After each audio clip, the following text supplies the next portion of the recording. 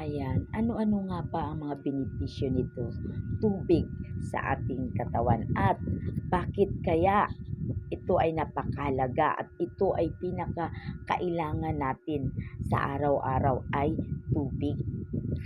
Ayan, panoorin ito hanggang dulo upang malaman mo rin kung gaano karami ba ng tubig ang iyong kakailanganin sa araw-araw. Gaano nga ba?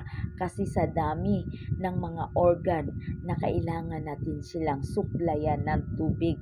Dahil alam mo ba na ang balat natin ay nagtataglay ng 60%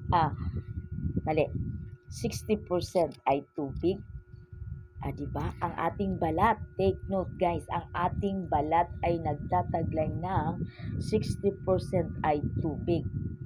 So kung kagaya niyan, sobrang tag-init na panahon, so kailangan natin ng maraming supply na tubig. Dahil hindi lang ang bastang balat natin ang nangangailangan ng tubig, dahil ang ating puso ay nagtataglay din ng 70% ay tubig. O di ba? Kung gaano kalaga, kung gaano natin kakailanganin ng tubig sa ating katawan. At isa pa, ang utak natin ay nagtataglay ng 73% ay tubig. Take note guys, kung 73%, kung ang balat ay may 60% na tubig, ang puso naman natin ay may 70% na tubig, at ang utak naman natin ay mayroong 73% na tubig. So, tatlo pa lang ang susuplayan natin ng tubig, pero ang iba pa. So, paano pa? Kaya ina-advise talaga na 8 basong tubig, at least wag kang bumaba sa 8 basong tubig sa isang araw. Dahil iyon ay napakalaga. Supply sa balat, supply sa puso, supply sa utak. O yan, di ba? At ang baga natin, ang pinakamataas na taglay na tubig ay mayroon siyang 83% na tubig. At ang isa pa, at ang ating mga muscle, alam nyo ba na meron din siyang taglay na 73% na tubig? O di ba? Mataas ang tubig ng ating baga dahil nagtataglay siya ng 83%. At ang muscle naman, habang ang mga muscle naman natin ay nagtataglay ng 73% ay tubig.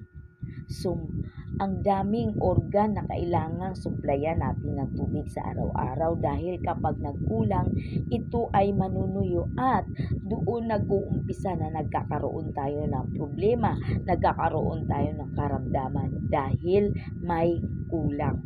So, paano natin to itama?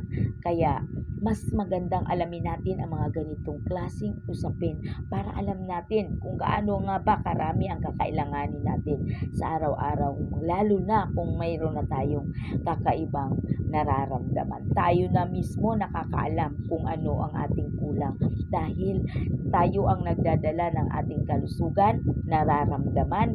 Kaya mas magandang alamin natin kung ano ang mga kakailanganin natin sa katawan. Again, ang puso, ang balat ay nagtataglay ng mga tubig, so kailangan nila ng supply na tubig. Pakikalat at ng mas marami pa po tayong matulungan, diba? Para mas maganda, kasi marami tayong alam, para alam natin mismo sa sarili natin na hindi natin kayang umasa sa iba. Kung tayo na mismo nakakaalam kung paano natin pangalagaan ang ating sarili, makakaiwas tayo sa lahat ng sakit na dadapo sa atin. Kung paano natin ito iwasan, tayo mismo ang mangangalaga ng ating kalusugan. Kaya pakikalat.